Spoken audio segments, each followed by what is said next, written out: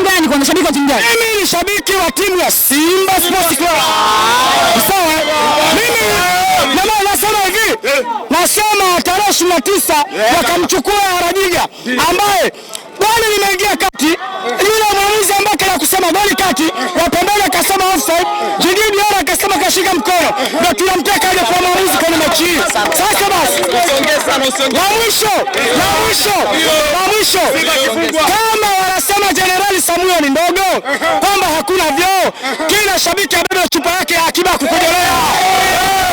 Sisi wa Simba. Asante mama. Nishamaliza.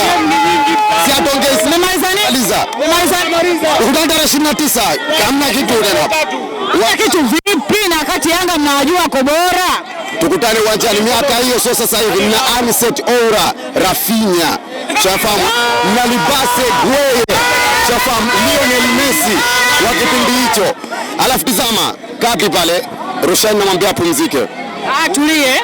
Hussein Mbegu, shafamu Sergio Ramos ambaye bado mdogo, shafamu utamuona hapo. Asiwezi kupigia kikosi yani kizima. Simuelewa. Mimi nishamaliza.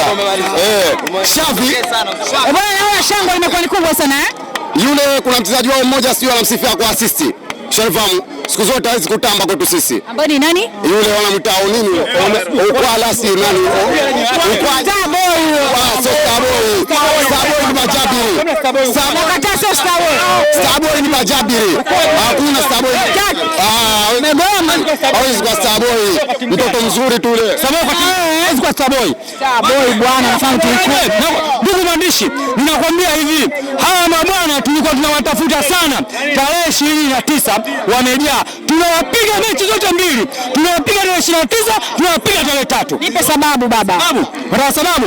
Hata wenyewe leo hii katoka kwa jana ni Baraka. Mwangalia Baraka wamevaa jezi gani? Kavaa Baraka gani? Yaani yule alikuwa na mhoji yule shabiki wao zile shabiki wao wavaa Mandeka Baraka. Alikuwa anaogopa ile ilifanya kwamba yeye Mandeka kwa sababu Mandeka ile apite akajipigie. Kwa hiyo anavaa jezi yake. Kazi anayo, yaani nakwambia Yanga kazi wanayo wameatimba. Nipe sababu ya kusema Yanga kazi wanayo wameatimba. Mna kila aina ya wachezaji. Kwa mfano anaanza na Mpanzu, kule benchi kuna Libase. Simenielewa. Angalia mtu mdogo yule haya Mbegu. Ni mtoto mdogo lakini anasikiza mpira anaitwa Hussein Mbegu. Mbegu kwa mashujaa sasa hivi. Anaitwa Hussein Mbegu. Anajua mpira kupita maelezo. Yaani yule anaweza kukaa na Hussein pale wakazima na hamna steka anaweza kupita pale Yanga. Hakuna mchezaji anayepita pale. Hayupo mchezaji. Ninakwambia wameatimba na hasira.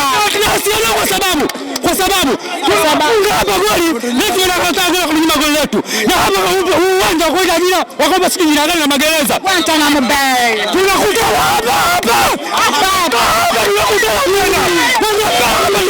Tunaenda kuua. Azita. Bwana Nyapara unamjua? Nimjui. Bwana Nyapara unamjua? Nani? Mkubwa wa Magereza. Hilo ndo Magereza. Ahmed Ali ndo bwana Jera. Bwana Jera Nyapara. Yaani hilo ndio mwenyekiti wa wasemaji wote.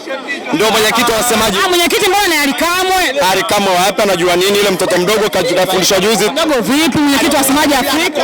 Alikuwa anavaa vingo vyake vya kuchomekea amenyoka hivi sasa hivi kapata pesa juzi tu.